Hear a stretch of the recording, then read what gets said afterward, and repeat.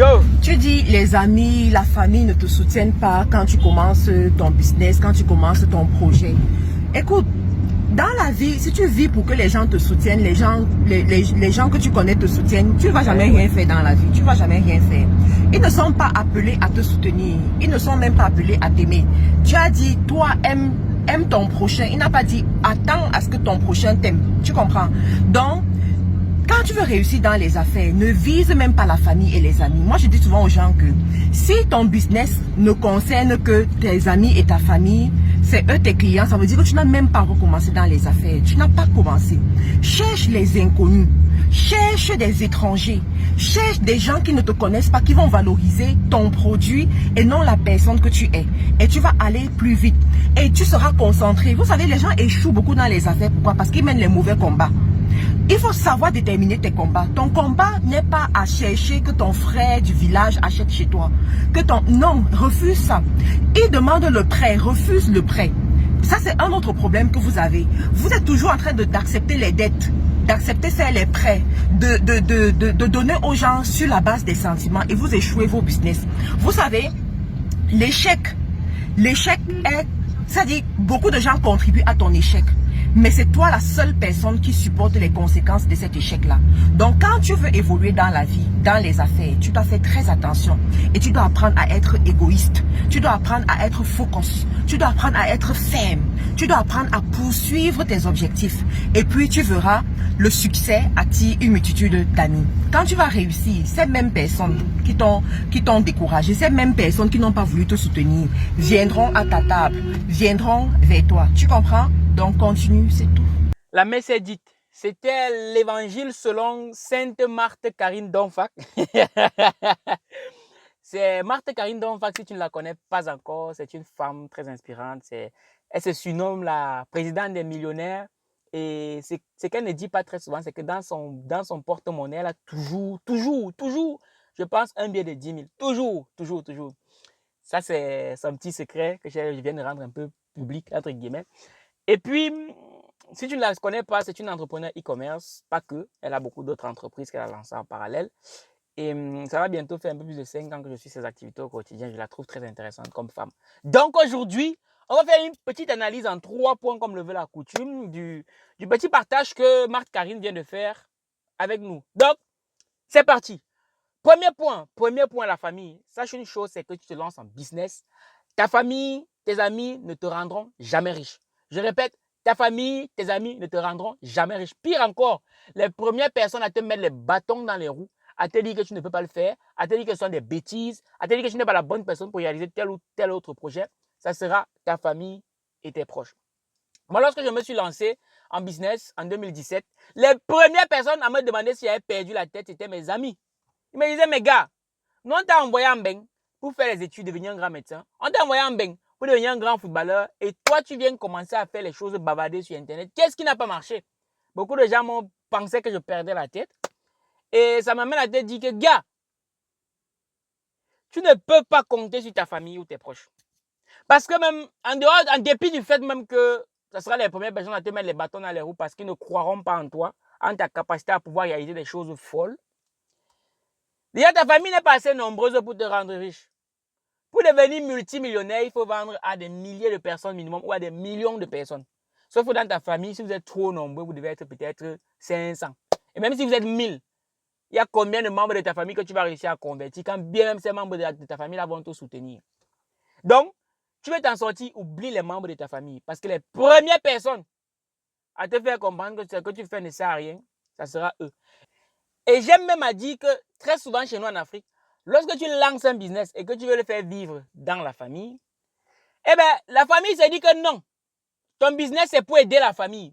Ce n'est pas pour faire de l'argent. Et on commence à mettre les sentiments dans des choses, alors que ce ne sont pas les sentiments qui te font gagner de l'argent. Ce ne sont pas les sentiments qui te permettent de payer tes produits chez le fournisseur. Ce ne sont pas avec les sentiments que tu vas payer tes employés. Mais ça, la famille n'en a rien à cirer. Malheureusement, c'est comme ça. La famille n'en a rien à cirer des challenges que tu rencontres au quotidien. Ce n'est pas leur problème.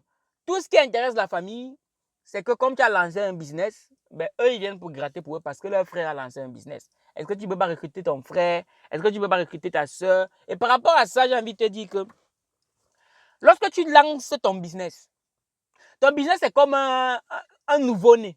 Et tu sais, lorsque un nouveau-né a un problème, ça a des répercussions beaucoup plus violentes que lorsque c'est un enfant qui a peut-être 5, 6, 7, 8, 9, 10 ans, parce qu'il est déjà solide.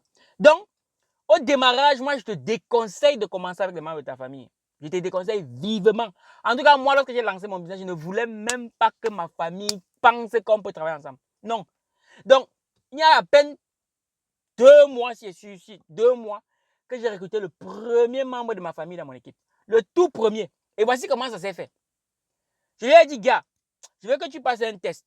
Parce qu'il y a un truc qu'on est en train de développer là. Et c'est assez intéressant. Parce qu'on ne va pas se mentir. Si tu as un business et que tu as des membres de ta famille qui sont plus ou moins corrects, le mieux sera aussi de les intégrer. Parce que comme ça, ils ont une source d'entrée d'argent. Et ça t'évite d'avoir un certain nombre de problèmes que tous les jours on te soumet les problèmes d'argent. Parce que je l'ai dit dans une autre vidéo, si tu es le seul riche de ta famille, c'est dangereux. Donc, je lui dis, gars, il y a un test qu'on veut te faire passer. Donc, je fais passer le test par une dame qui ne connaît pas du tout. Donc, je contacte une de mes collaboratrices qui est chef d'un département. Je lui dis, fais passer le test à ce monsieur. Et à ce moment, elle ne sait pas du tout que c'est mon frère. Elle ne sait rien du tout. Donc, elle fait passer le test sans sentiment.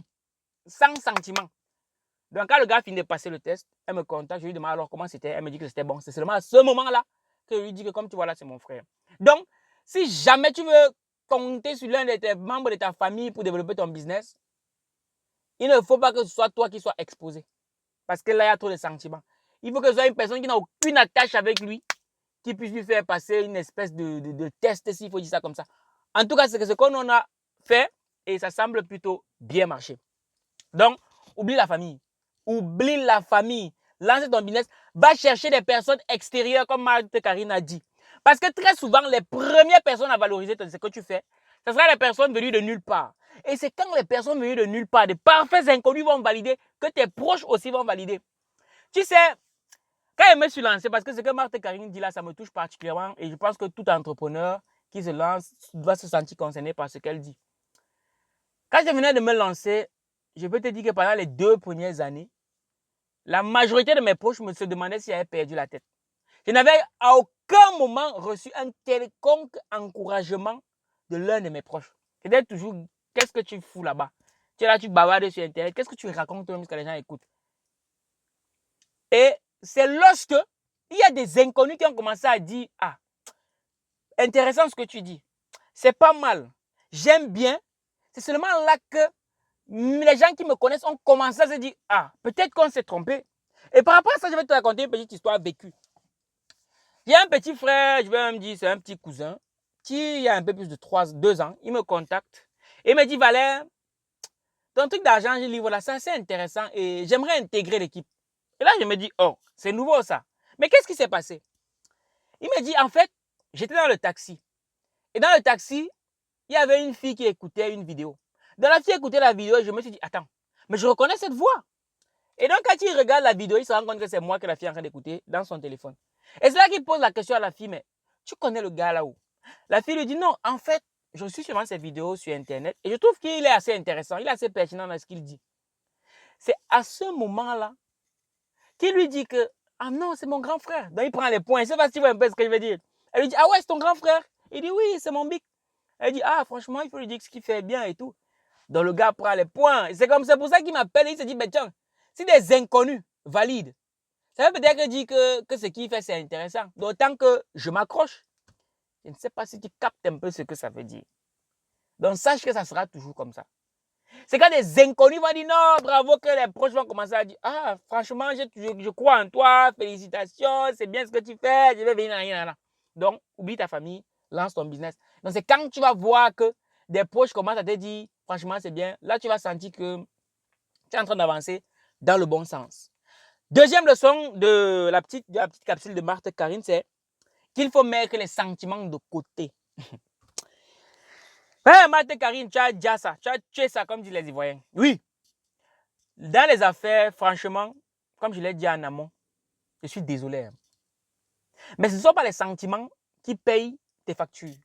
Ce ne sont pas les sentiments qui payent ton produit chez tes fournisseurs. C'est l'argent.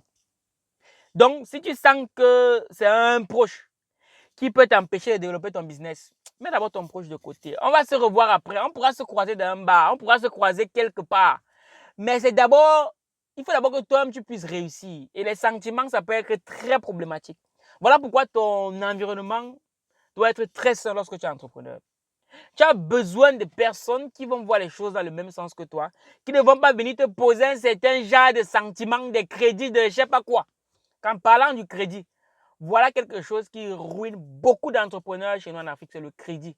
Parce que très souvent, la famille va venir te voir et va te dire, oui, mon frère, comme tu es mon frère, pardon, laisse-moi ça à crédit. C'est comme ça que ton business coule. Parce que lorsque tu laisses à crédit, s'il y a un problème et que la personne n'arrive pas à rembourser, tu ne peux rien faire.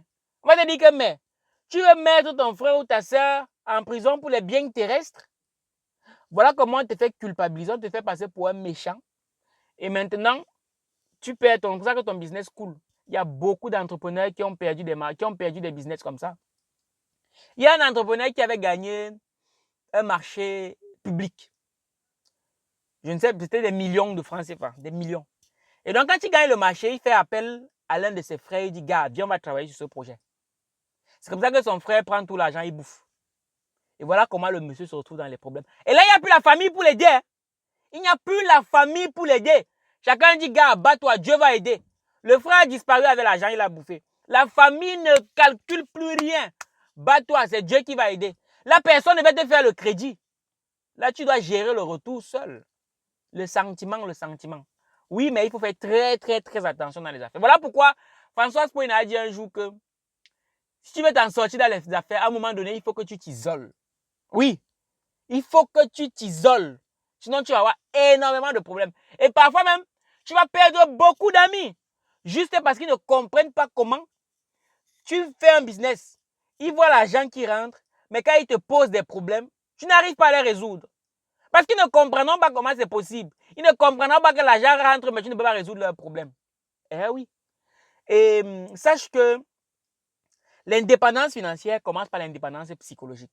Donc, tant et aussi longtemps que tu seras agrippé à ce que ta famille, tes amis, ton entourage va penser de comment tu gères ton business, parce que très souvent, c'est ta famille, tes amis qui vont faire les calculs à ta place, tu ne pourras pas t'en sortir. Oui. Donc, il faut d'abord être complètement détaché de tout ça. Tu prends les sentiments que tu mets de côté et tu avances dans ton business. Et c'est quand tu vas avoir un certain nombre de résultats que tu vas voir toute ta famille venir te dire bravo. Oui, tu dois être égoïste. Ça, c'est la troisième leçon. Oui, tu dois d'abord penser à toi et à ton business. Franchement, c'est le processus. Tout le monde, personne n'échappe à ce processus d'égoïsme. Et quand il dit même égoïste même, parfois ce n'est pas que envers tes proches, parfois même c'est envers toi-même. Parce que tu vas faire des sacrifices forcément. Par moment, tu ne vas pas pouvoir manger parce qu'il faut que tu investisses. Tu ne vas pas t'acheter des vêtements parce qu'il faut que tu investisses. Tu ne vas pas t'acheter le téléphone dernier cri ou même le carburant dans ta voiture parce que tu dois investir. C'est le prix à payer.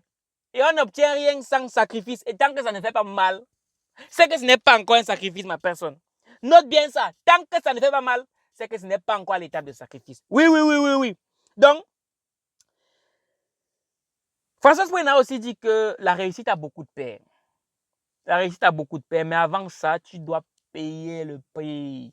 Tu dois payer le prix. Tu dois accepter qu'on te traite de sorcier. Moi, récemment, j'ai vu une vidéo de quelqu'un, c'est-à-dire récemment, quelqu'un s'est assis chez lui, il a fait un montage photo pour m'assimiler à un charlatan. C'est-à-dire, j'étais dépassé. Je me suis dit, mais moi, je n'ai encore rien fait. Tu me traites déjà de charlatan. Quand on va vraiment commencer à travailler, tu vas dire que je bois le sang humain. Mais sache que ça sont les signes que tu avances dans le bon sens. Dès que tu commences à avoir des détracteurs qui te traitent de sorcier, de charlatan, de voyou, d'arnaqueur, ça veut dire que tu es en train de faire quelque chose qui est bien. Et ça, c'est très bon signe. Parce que lorsque je me démarrais dans ces affaires-ci, et que tout était gratuit, on donnait tout gratuitement, des vidéos, on donnait tout. Tu veux le PDF, on t'envoie. Tu veux même qu'on discute par téléphone, on fait gratos. Tant que je faisais ça, non, je ne dérangeais personne. Tout le monde m'aimait bien. Et c'est toujours comme ça. Mais dès lors que tu commences à mettre les prix sur tes services et tes produits, c'est là que la guerre commence. Tu vas voir les gens te tirer de partout. Oh, voleurs, vendeurs de tout. Dès que les gens commencent à faire ça, c'est très très bon signe. Moi, j'ai envie de te dire bravo, tu commences à créer de la réaction. Ça veut dire que tu avances dans le bon sens. Oui, oui, oui, oui, oui. C'est de ça qu'il s'agit. De ma personne, j'ai envie de te dire aujourd'hui que reste focus, reste déterminé. C'est quand tu auras les résultats que tous vont te donner raison. Parce que les gens ne comprennent que les résultats. Donc, travaille en silence, ton succès fera du bruit pour toi. Travaille en silence, ton succès fera du bruit pour toi. Travaille en silence, ton succès fera du bruit pour toi parce que les gens ne comprennent que les résultats. Mais pour ça, tu dois accepter qu'on va t'insulter. On va te traiter de sorcier. On va te traiter de tous les noms.